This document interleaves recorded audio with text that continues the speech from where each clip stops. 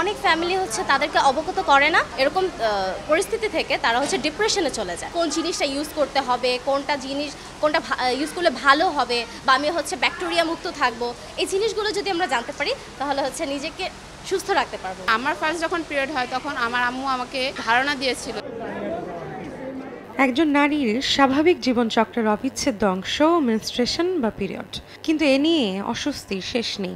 বেশিরভাগ কিশোরী ও নারী জনসম্মুখে এ বিষয়ে কথা বলতে দ্বিধাবোধ করেন।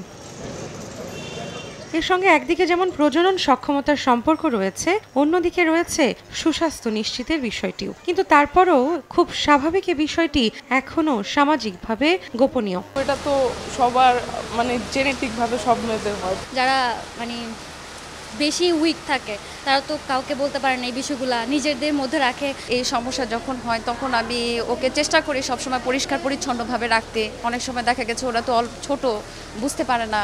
স্যানিটারি ন্যাপকিন কেনার ব্যবস্থা আছে, বুয়াদের কাছে থাকে, বুয়াদের কাছ থেকে কিনে নিতে হয়।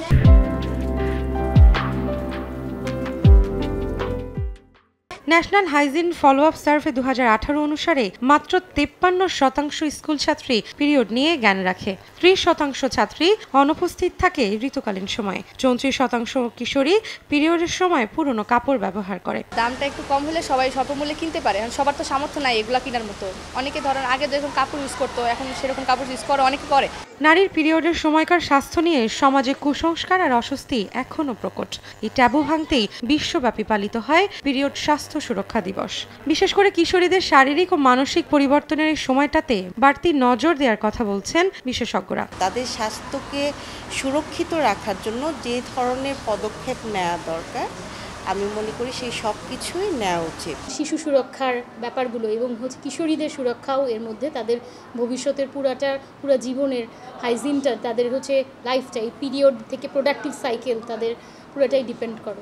গ্রামাঞ্চল বা সুবিধাবঞ্চিত নারীদের জন্য বিনামূল্যে কিংবা সাশ্রয়ী মূল্যে স্যানিটারি ন্যাপকিন সহজলভ্য করার পরামর্শ বিশেষজ্ঞদের। এগুলো যদি একটু সহজলভ্য হয়, যদি একটু দামটা কমিয়ে নেওয়া যায়, তাহলে কিন্তু প্রত্যন্ত অঞ্চলে বা গ্রামাঞ্চলে যারা আছে তারাও এই সুরক্ষাটা পেতে পারে। প্রত্যেকটি কর্মস্থল বা কর্মক্ষেত্রে আমি মনে করি যে নারীদের জন্য তাদের উপযোগী বা তাদের সুরক্ষার ব্যাপারে সবারই সচেতন হওয়া উচিত। কিছু কুসংস্কারের সঙ্গে যুক্ত হয় অস্বস্তি আর লজ্জা, তাই ঋতুকালীন সময়ে স্বাস্থ্য উদাসীনতায় নানান জটিল রোগের শিকার হন নারীরা। ইনফেকশনটা হচ্ছে আমরা সবচেয়ে বেশি ভয় পাই, কারণ বাচ্চাদের এবং বলবো কিশোরীদের এবং সেইটা পরবর্তীতে পূর্ণবয়স্ক মহিলাদেরও এই বিভিন্ন ইনফেকশন এটা কিন্তু পারসিস্ট করে।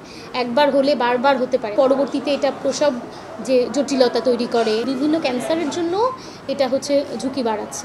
সম্প্রতি সচেতনতা বৃদ্ধি ও স্বল্প মূল্যে স্যানিটারি ন্যাপকিন কেনার সুবিধা সহ স্বাস্থ্য সুরক্ষায় নানা ধরনের উদ্যোগ নিয়েছে বেশ কিছু শিক্ষা প্রতিষ্ঠান। রৌনক নিয়ন্তা, সময় সংবাদ, ঢাকা।